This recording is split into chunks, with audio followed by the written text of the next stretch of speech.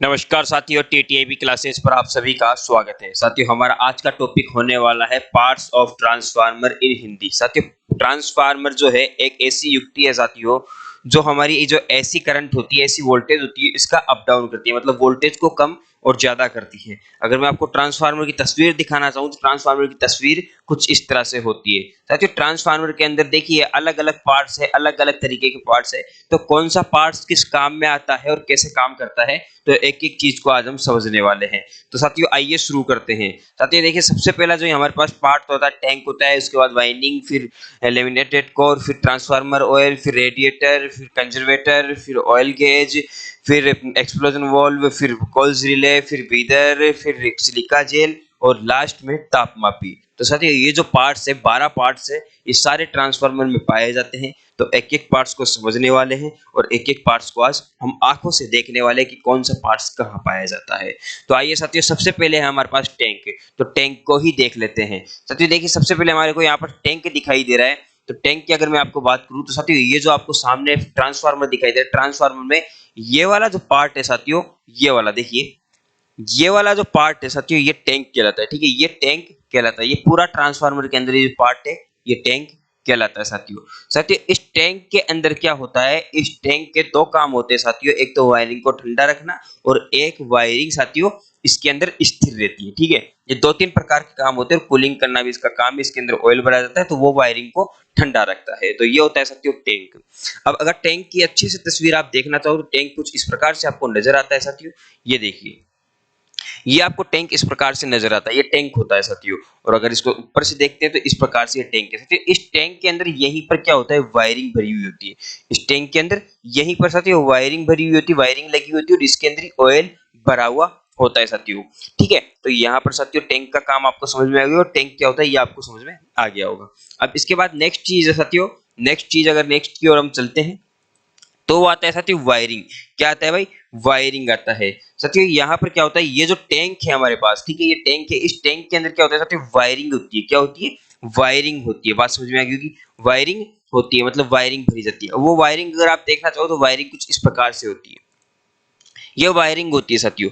इस वायरिंग को इस प्रकार से करते हैं, ठीक है, और इस वायरिंग को फिर कहाँ रखते हैं, इस ट्रांसफार्मर टैंक में रखते हैं, जो कि आपको यहाँ पर नजर आ रही होगी साथियों। इसके अंदर ये जो कुछ दिखाई दे रहा है आपको हल्का हल्का सा, ये साथियों ऑयल है और ऑयल के अंदर क्या है, ये वायरिंग रखी हुई है साथियों। तो किस प्रकार से टैंक के अंदर वायरिंग रखी जाती है ये हमने देख लिया साथियों। अगर वायरिंग की बात करें तो एंडिल्ड तांबे के तार की बनाई जाती है, मतलब कठोर अच्छे तांबे के तार की बनाई जाती है, जिससे क्या होता है कि हमारा तार टूटे नहीं, जले नहीं, फूके नहीं। ठीक है, तो इस तरह से हमारी जो वायरिंग करी जाती है साथियों। अगर ट्रांसफार्मर जो है हमारा एक सिंगल फेज का है तो उसमें दो वायरिंग होगी, प्राइमरी और सेकेंडरी। और साथियों अगर हमारे पास ट्रांसफार्मर थ्री फेज का है तो उसमें साथियों 6 वायरिंग होगी। कितनी वायरिंग होगी भाई, 6 वायरिंग होगी साथियों, 3 प्राइमरी की, 3 सेकेंडरी की।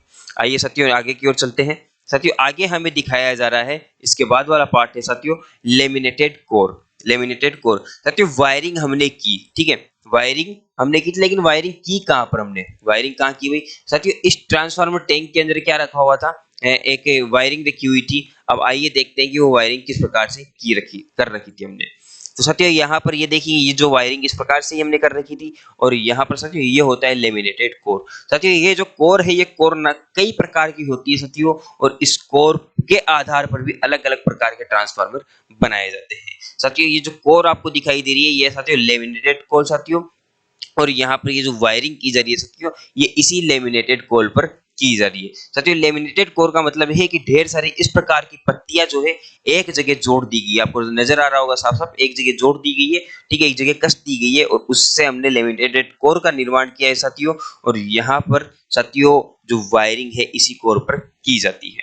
अब इसके बाद नेक्स्ट है साथियों ट्रांसफार्मर ऑयल। साथियों ट्रांसफार्मर ऑयल, जैसा कि अभी अभी मैंने आपको बताया कि वायरिंग के ऊपर ट्रांसफार्मर ऑयल भरा जाता है, ठीक है, टैंक के अंदर ट्रांसफार्मर ऑयल भरा जाता है। तो सर जो ऑयल होता है ये दो प्रकार का होता है, एक सिंथेटिक ऑयल होता है और एक खनिज तेल होता है। कौन कौन सा भाई, सिंथेटिक ऑयल होता है और एक खनिज तेल होता है। आपको ये यहाँ पर ऑयल दिखाई दे रहा होगा साथियों, यही ऑयल है, ये ऑयल भरा हुआ है। ये दो प्रकार का होता है साथियों, सिंथेटिक कौन सा होता है भाई, सिंथेटिक, और साथियों यहाँ पर खनिज तेल ये होता है। कौन सा होता है, खनिज तेल।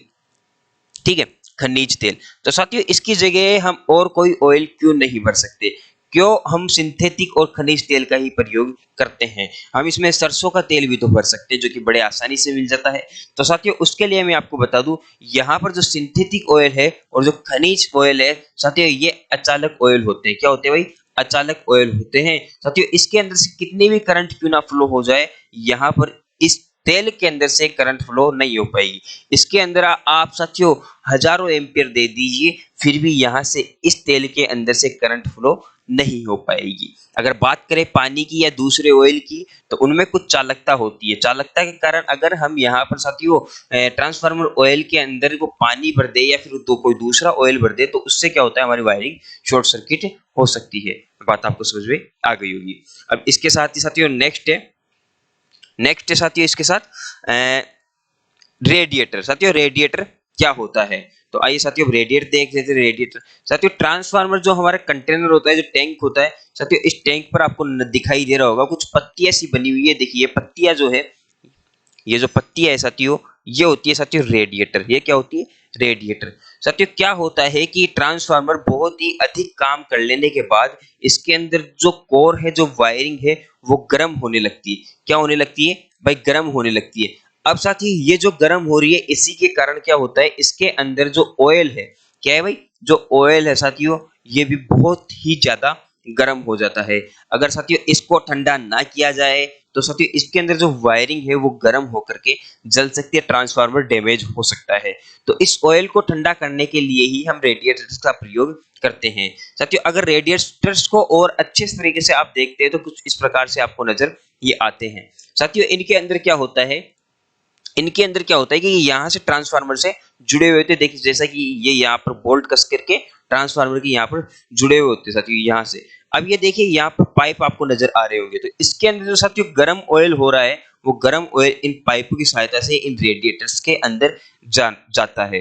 अब ये रेडिएटर्स काफी पतले हैं साथियों, बहुत ही ज्यादा पतले हैं। तो अगर इनके अंदर से साथियों एक पतली सी धार ऑयल की जाए, तो वो जब तक यहाँ से जाती है साथियों, यहाँ तक आते आते वो ठंडी होकर के वापस ट्रांसफार्मर में फ्लो होती है। तो रेडिएटर का काम क्या है? ट्रांसफार्मर ऑयल को ठंडा करना। किस प्रकार से करता है? इन पाइपों की सहायता से गर्म ऑयल इनके अंदर जाता है, और रेडिएटर्स काफी पतले होने के कारण एक पतली सी धार बन करके ऑयल इनके अंदर से गुजरता है, और ये ऑयल ठंडा होकर के वापस ट्रांसफार्मर में आ जाता है। बात समझ में आ गई कि रेडिएटर क्या काम करता है? इतनी बात आप सभी को समझ में आ गई होगी। अब साथियों इसी के साथ जो नेक्स्ट पार्ट है साथियों कंजर्वेटर। ठीक है, कंजर्वेटर। साथियों ये जो ट्रांसफार्मर है, ट्रांसफार्मर के ऊपर ये जो पार्ट ऊपर वाला लगा हुआ है साथियों, ये कंजर्वेटर कहलाता है।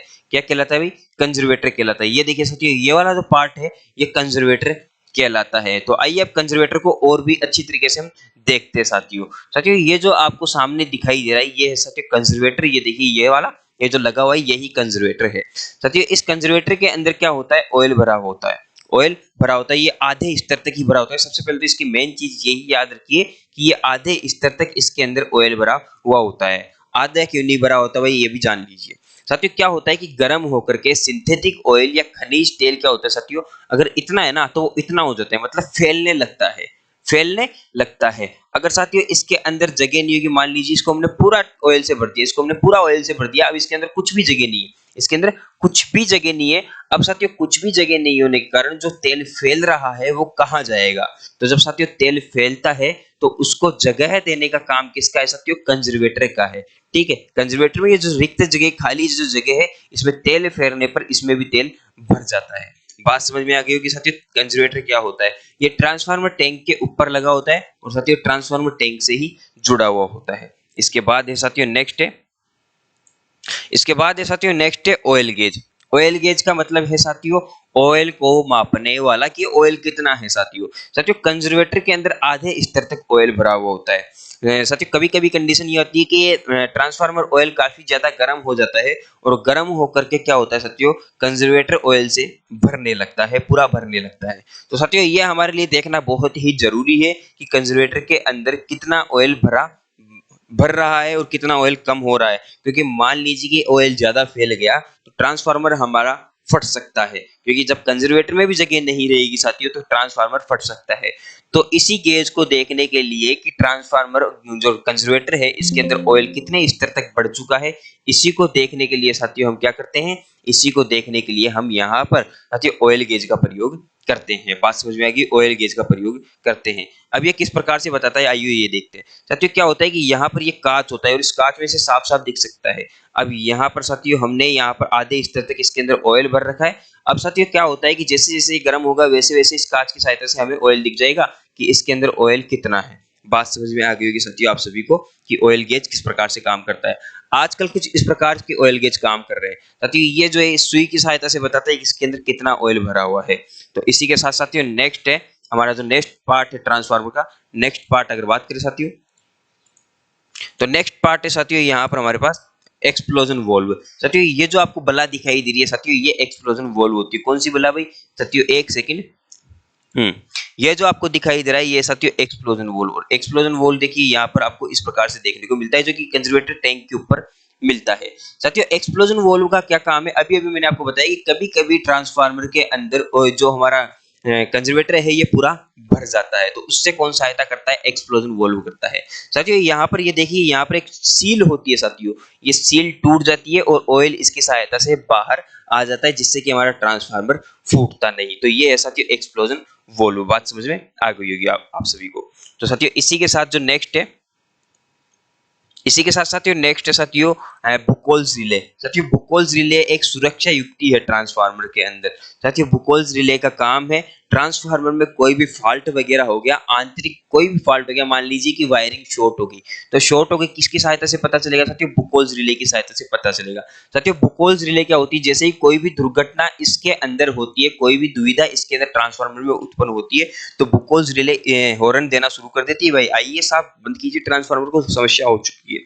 अगर फिर भी मान लीजिए 10 से 15 मिनट तक कोई नहीं आता तो बुकोल्स रिले साथियों एक ऐसी युक्ति है जो खुद ही ट्रांसफार्मर को ऑफ कर देती है। तो साथियों बुकोल्स रिले जो है एक सुरक्षा युक्ति है। और बुकोल्स रिले की अगर बात करूं कि लगी हुई कहां होती है तो साथियों वो हमेशा कंजर्वेटर और टैंक के बीच में लगी हुई होती है। कुछ इस प्रकार से ये कंजर्वेटर रहा और ये टैंक हो गया साथियों, इन दोनों के बीच में यहाँ पर आपको ये बुकोल्स रिले देखने को मिल रही होगी कंजर्वेटर और टैंक के बीच में। आइए इसको और भी अच्छे से देखते हैं बुकोल्स रिले किस प्रकार की हमें नजर आती है। साथियों ये जो आपके सामने है ये है बुकोल्स रिले।